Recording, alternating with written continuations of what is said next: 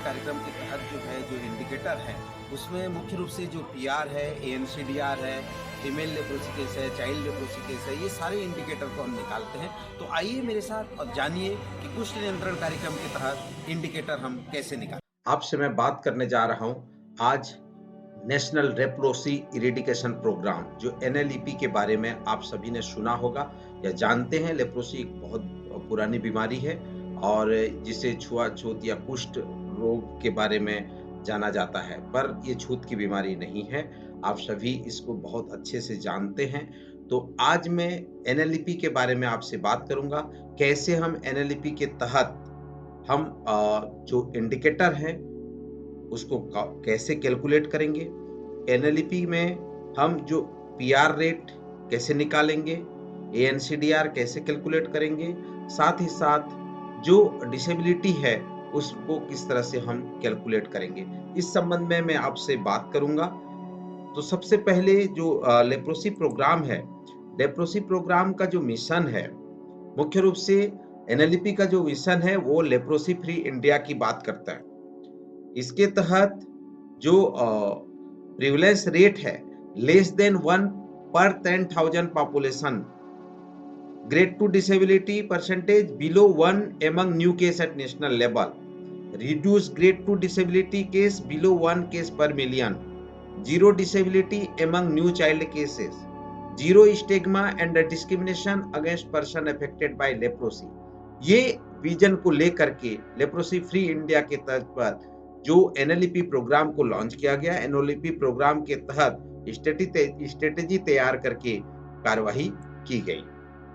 यहाँ मुख्य रूप से आपको बताना चाहूंगा कि अभी वर्तमान में जो एनएमए का पोस्ट है वो ड्राइंग केडर पे है और हमारे जितने भी डेटा मैनेजर हैं, जितने भी जेएसए हैं, जितने भी मैदानी अमले में कार्य करने वाले जो हमारे जो स्वास्थ्य कर्मी हैं, मितानिन है, इन सभी को लेप्रोसी के बारे में ये जानकारी होना बहुत जरूरी है कि हम किस प्रकार से लेप्रोसी में प्रिवलेंस रेट निकालते हैं, एएनसीडीआर निकालते हैं।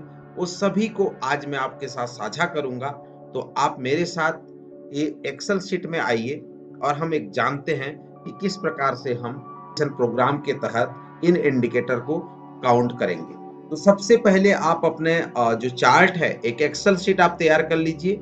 साथ ही साथ उसमें जो है जो लेप्रोसी इरेडिकेशन प्रोग्राम के तहत आप जैसे मान लीजिए कोई सीएससी है, पीएससी है, ब्लॉक है, डिस्ट्रिक्ट में जहां पर भी आप बैठे हुए हैं, उस स्थिति में आप अपने इंस्टीट्यूशन का डिटेल एक एक्सेल शीट में आप बना लीजिए और उसको आप कैलकुलेशन फार्मूला में आपको कैसे करना है ये मैं आपको जानकारी दूंगा। सबसे पहले हम एक सीरियल नंबर ले लेते हैं और उसके बाद नेम ऑफ इंस्टीट्यूशन और ब्लॉक हम लिखते हैं।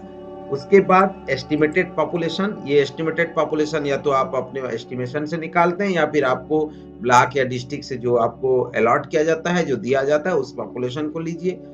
उसके बाद उस पॉपुलेशन में जो आपने सर्वे किया, जो आपने लेप्रोसी के केस खोजे, उसमें से टोटल न्यू केस कितने हैं, ये आप अगर इसी से एएनसीडी जो एनुअल न्यू केस डिटेक्शन की बात कर रहे हैं ना, आगे जो फार्मूला आपको यहाँ पे दिया जा रहा है, ये न्यू केस कितने डिटेक्ट हुए, टोटल न्यू केस डिटेक्ट, तो जिसमें से पीबी के कितने हुए और एमबी के कितने हुए, ये पीबी एमबी ये सारी जानकारियां जो है ना, मैंने लैब ट्रैक के जो वीडियो बनाए हैं कि लेप्रोसी को ट्रैकिंग हम कैसे करते हैं, उस वीडियो में ऑलरेडी आपके साथ इसको मैंने साझा किया है, तो आप उससे जान सकते हैं। तो टोटल न्यू केस कितने हैं, पीबी और एमबी, और इस प्रकार से दोनों का टोटल कितना हुआ। उस टोटल न्यू केस में से फीमेल केस कितने आइडेंटिफाई हुए हैं, फीमेल के जैसे पीबी है, एमबी है, कितने फीमेल केस आइडेंटिफाई हुए हैं। उस टोटल न्यू केस में से चाइल्ड न्यू केस कितने हैं, चाइल्ड केस कितने हैं। यहाँ पे चाइल्ड केस की जब हम बात करते हैं तो चाइल्ड केस में जो है बिलो 14 ईयर एज ग्रुप को यहाँ पे सम्मिलित किया जाता है, मतलब 14 साल से कम उम्र के बच्चों को यहाँ पे सम्मिलित किया गया है। ठीक है, और उसके बाद आ जाता है आरएफटी केस।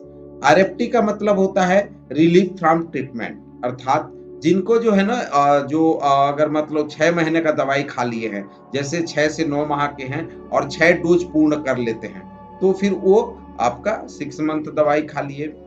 उसी प्रकार जो 12 मंथ की दवाई खा लिए हैं, जैसे 18 माह में 12 डोज ले लिया उसने, वो और उस हिसाब से जो है वो अपना आरएफटी कहलाएंगे।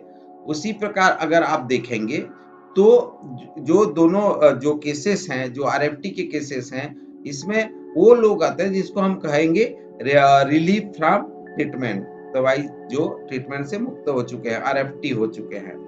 ग्रेड 1 डिफॉर्मिटी के केस जो होता है, इसमें क्या है, ग्रेड 1 डिफॉर्मिटी के केस में जो डिफॉर्मिटी है वो दिखता नहीं है, नो विजिबिलिटी होता है। इसमें जैसे तलवा है, अंगूठा है, फिंगर है, जो इसको हम कह सकते हैं कि उसमें शून्यपन आना, है ना? और ग्रेड 2 डिफॉर्मिटी में क्या होता है, ये विजिबल डिफॉर्मिटी होता है, मतलब दिखता है, जैसे उंगली टेढ़े हो जाना, या फिर कुछ आपथल आंख का वो हो जाना, भेंगापन हो जाना, या फिर जैसे कहेंगे कि भाई कभी कभी इसमें इसको भी ले लेते हैं, जैसे तलवा है, उंगली का एकदम से शून्यपन, लूज कुछ काम नहीं करना, ये चीजें भी इसमें ग्रेड 2 में अभी नए गाइडलाइन के अनुसार लिया गया है। और आरसीएस का केस जो आप देख रहे हैं, अगर हम जितने भी न्यू केस आपके ग्रेड 2 डिफॉर्मिटी के डिफाइन होते हैं, उन सभी केसेस को क्या करना होता है, आरसीएस में हमको लेना पड़ता है। रिकंस्ट्रक्टिव सर्जरी जिसकी हम बात करते हैं, उसमें इसको ऑपरेशन सर्जरी किया जाता है। उसके बाद आप बना लीजिए टोटल बैलेंस केस, ठीक है, पीबीएमबी सब यही है। बैलेंस केस का मतलब क्या समझ में आ रहा है, कि जैसे उदाहरण से समझ सकते हैं कि भाई जो आरएफटी नहीं हुए, दवाई जिनका चल रहा है, या फिर नए नए खोज हुआ है और दवाई आपने चालू किया है, वो सारे केसेस जो बैलेंस होंगे, अर्थात जिनका जो है दवाई से मुक्त नहीं हुए हैं, जो आप बात कर सकते हैं कि भाई जितने भी केस हैं, जो चाहे वो पुराने माह के भी है लेकिन दवाई खा रहे हैं, पुराने साल के भी है दवाई खा रहे हैं, और अभी इस साल के भी है और दवाई खा रहे हैं, तो वो सभी केसेस यहाँ पे बैलेंस केस के रूप में आपको आएंगे। अर्थात ऐसे केसेस जो आरएफटी नहीं हुए हैं, रिलीफ फ्रॉम ट्रीटमेंट नहीं हुए हैं, वो सारे केसेस जो है ना यहाँ पे बैलेंस केस के रूप में आपको इंडिकेट होंगे। इसमें ये भी हो सकता है कि जैसे कई बार क्या होता है, कोई पेशेंट जो है ना मर जाते हैं, कई बार क्या होगा कि पेशेंट मान लीजिए यहाँ से चले जाते हैं, लेफ्ट आउट हो जाए, छोटे छोटे चले गए बाहर के, तो उन सभी को हमको घटाना होगा। ऐसे केसेस को हमको यहाँ से हटा करके जो हमारे पास जो ट्रीटमेंट में ले रहे हैं, जो बैलेंस बचे हुए हैं, उन सारे केसेस को हम यहाँ पे बैलेंस केसेस के रूप में लेते हैं। तो हम आगे पीआर देखेंगे, एनसीडीआर लिखेंगे, फीमेल केस रेट देखेंगे, चाइल्ड केस रेट देखेंगे, ग्रेड 2 डिफॉर्मिटी रेट देखेंगे। तो इसके लिए क्या करना होगा, हमको कुछ डेटा हम लोग लेना शुरू कर देते हैं। इंस्टीट्यूशन का उदाहरण लेते हैं, जैसे कि हमने यहाँ पे जो नेम ऑफ ब्लॉक है, सबसे पहले तो serial number, name of block, estimated population, ये सब चीजें आप यहाँ पे देख पाए हैं। हम उसी कड़ी में जो है आज कुछ ब्लॉक का उदाहरण लेते हैं, ABCD, DEF, GHI, JKL, MNO, इस प्रकार से आप हमारे जो संस्थाएं हैं उनको आप बना लीजिए। संस्थाओं का नाम यहाँ पे आप लिख लीजिए। लिखने के बाद जो एस्टिमेटेड पॉपुलेशन है, जो आपको जो एस्टिमेशन आपने किया है, जो सेंसस के अनुसार, जो या बर्थ रेट के अनुसार, या फिर आप जो एनुअल ग्रोथ रेट के अनुसार जो पॉपुलेशन का एस्टिमेशन करते हैं, साथ ही साथ आपको जो या तो फिर स्टेट से आपको मिलता है या डिस्ट्रिक्ट से आपके जो पॉपुलेशन दिया जाता है, वो एस्टिमेटेड पॉपुलेशन को आप वहां पे लीजिए। उसके बाद जो है हम अभी एक उदाहरण स्वरूप ABC जो इंस्टीट्यूशन है उसको हम समझने की कोशिश करते हैं। बाकी की जानकारी जो है आप इस प्रकार से बना सकते हैं। तो सबसे पहले हम ABC इंस्टीट्यूशन में जो एस्टिमेटेड पॉपुलेशन है 3,17,099 जो एस्टिमेटेड पॉपुलेशन है, इस सर्वे में जब न्यू केस डिटेक्शन की बात करते हैं, टोटल न्यू केस की हम बात करते हैं, तो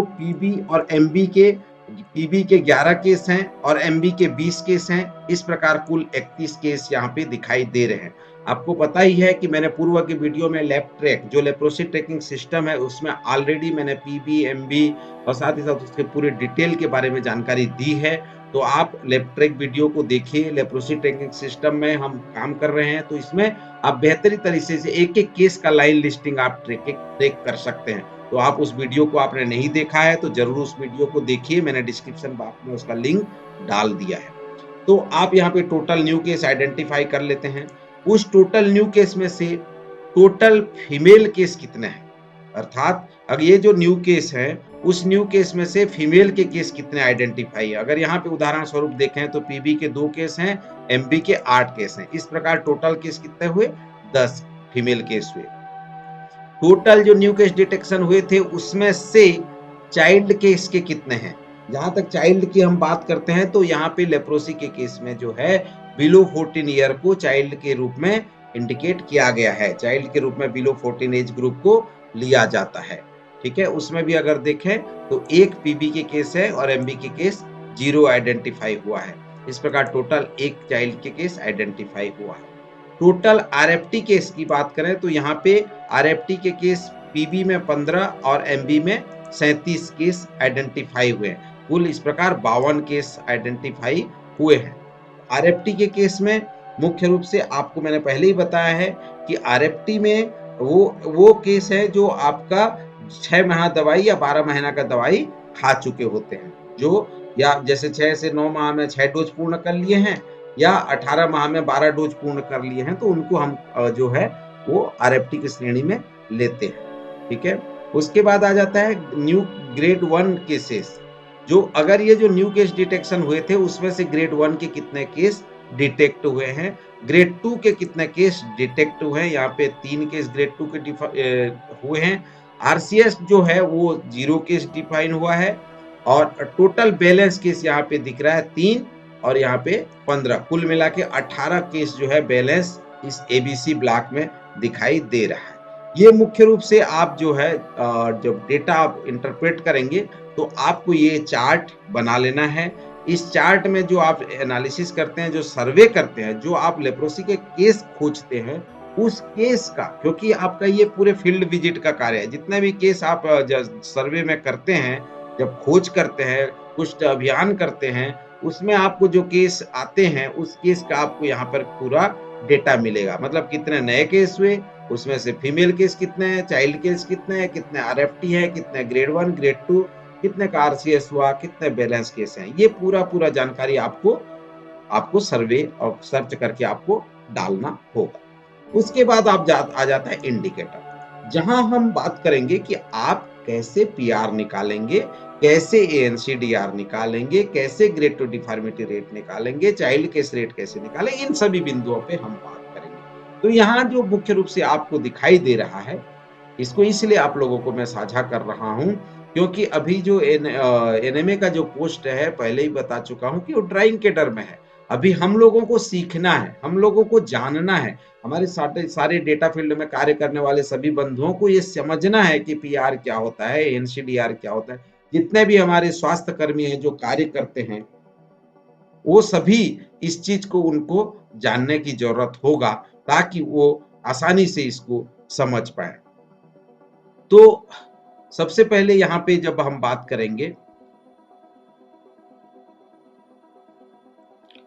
यहाँ पे जब हम बात करेंगे तो पीआर की बारे में बात करेंगे। पीआर का मतलब होता है प्रिवलेंस रेट पर 10,000। जब भी पीआर को लिखा जाता है या पीआर की बात किया जाता है तो पीआर पर 10,000 बात होती है। ठीक है, तो पीआर पर 10,000 में जैसे कि मैंने पहले ही बताया कि हमको बिलो 1 लाना है, तो total balance case multiplied by 10,000 divide by population. जब हम पीआर निकालने की कोशिश करते हैं तो टोटल बैलेंस केस, जैसा कि यहाँ पे दिख रहा है, टोटल बैलेंस केस है 18U5। टोटल जो अगर मैं पॉपुलेशन की बात करूं तो C5 इंटू 10,000।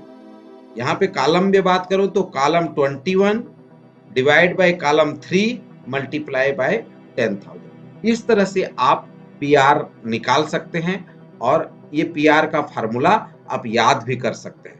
पीआर को कितने में निकाला जाता है, 10,000 में निकाला जाता है। ठीक है, तो 10,000 मल्टीप्लाई फैक्टर होगा। ठीक है, तो हमारा जो क्या बोलते हैं उसको, जो पीआर का फार्मूला है, total balance case multiplied by 10,000 divide by population. Clear है?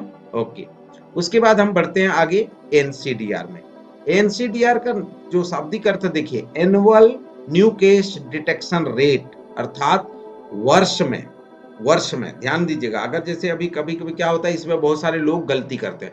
अब मान लीजिए आप अप्रैल टू मार्च तक का डेटा ले रहे हैं और अगर आप फरवरी या जनवरी महीने में आप एनुअल केस डिटेक्शन रेट निकाल रहे हैं, तो अप्रैल से अगर इधर का कैलकुलेट करेंगे या इसी केस को लेंगे, तो वो आपका डेटा गलत हो जाएगा। आपका जो फार्मूला गलत हो जाएगा। फार्मूला ये कहता है कि annual new case detected multiply by 1 lakh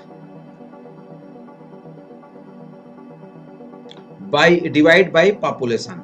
अगर मैं यहाँ कॉलम की बात करूं तो कॉलम 6, देखिए कॉलम 6 क्या बोलता है, total new case detected by column 3, मतलब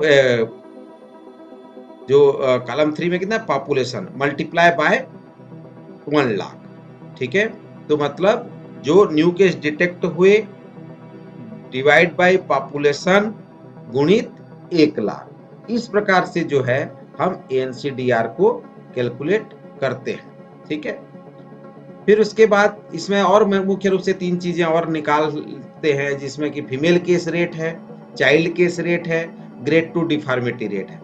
फीमेल केस रेट को आप कैसे निकाल सकते हैं, बहुत ही सिंपल है कि भाई टोटल फीमेल केस कितने आइडेंटिफाई हुए, किसमें से, भाई जितने न्यू केस डिटेक्ट हुए। ठीक है, तो इसका फार्मूला होगा total female case identify divide by total new case multiply by 100। ठीक है, इस तरह से आपका ये फार्मूला होगा। चाइल्ड केस भी सेम है, चाइल्ड केस कितने आइडेंटिफाई हुए, किसमें से, जो न्यू केस है उसमें से, मल्टीप्लाई बाय 100। ठीक है, ग्रेड 2 डिफॉर्मिटी रेट अगर निकालना चाहते हैं तो ग्रेड 2 डिफॉर्मिटी रेट भी आप उसी तरह से निकाल सकते हैं कि कितने ग्रेड 2 डिफॉर्मिटी के केस आइडेंटिफाई हुए, किसमें से, जो न्यू केस हुए उसमें से, मल्टीप्लाई बाय 100। इस तरह से आप जो लेप्रोसी के तहत आप PR, NCDR, female case rate, child case rate, grade 2 deformity rate, ये आप निकाल सकते हैं। तो मैं आपसे पुनः यही कहूंगा कि छोटे छोटे फार्मूले जरूर हैं, पर ये बहुत ही क्रूशियल है। इसको याद रखा जा सकता है, इसको समझा जा सकता है, लोगों को बताया जा सकता है। तो मुख्य रूप से जितने भी डेटा फील्ड में कार्य करने वाले हमारे साथी हैं, उनसे कहूंगा कि आप अपना एक एक्सेल शीट में इस तरह से एक चार्ट बना लीजिए। उस चार्ट में लेप्रोसी के डेटा जितने भी हैं, उस डेटा को आप एंट्री कर लीजिए और उसमें फार्मूला बेस आप डेटा को फिट करिए। तो आपका निश्चित रूप से जो है ये लेप्रोसी इरेडिकेशन के प्रोग्राम के तहत आसानी से आप इन इंडिकेटर को निकाल पाएंगे। तो मैं चाहूंगा कि जितने लोगों ने इस चैनल को सब्सक्राइब नहीं किया है, आप चैनल को सब्सक्राइब करिए। आपको नए नए जानकारी के साथ हम आपके बताते रहेंगे। हर इंडिकेटर के बारे में आपको अब रूबरू करेंगे, साथ ही साथ कोशिश करेंगे कि आपको सरल तरीके से आपको समझा पाएं, ताकि हमारा विभाग बेहतरीन दिशा की ओर कार्य कर सके, सभी लोग सभी चीजों को समझ सकें। इसी आशा और विश्वास के साथ मैं आप सभी लोगों को धन्यवाद देता हूं, जिन्होंने निशामणि को चैनल को सब्सक्राइब किया है और स्वास्थ्य संबंधी गतिविधियों को का जानकारी प्राप्त किया है। उन सभी का तहे दिल से शुक्रिया अदा करता हूं और ये कहना चाहूंगा कि सोच को बदलो तो सितारे बदल जाएंगे, नजर को बदलो तो नजारे बदल जाएंगे, कश्तियां बदलने की जरूरत नहीं है, दिशाओं को बदलो तो किनारे बदल जाएंगे। आप एक बार इस चैनल में विजिट करिए, स्वास्थ्य संबंधी गतिविधियों को जानिए। निश्चित रूप से आपका जो ज्ञान लेवल है वो बढ़ेगा और हमें भी सिखाइए। अगर कोई चीजों में हम अगर जानना, आपको और अच्छा जानना है, या कोई चीजों में हम भी कोई चीजें बताने में असमर्थ हो रहे हैं, तो उसको भी आप कमेंट बॉक्स में लिख के बताइए, ताकि हम अपने और जो वीडियो आएंगे उन वीडियो में उनसे सुधार सकते हैं। तो आप सभी का बहुत बहुत धन्यवाद।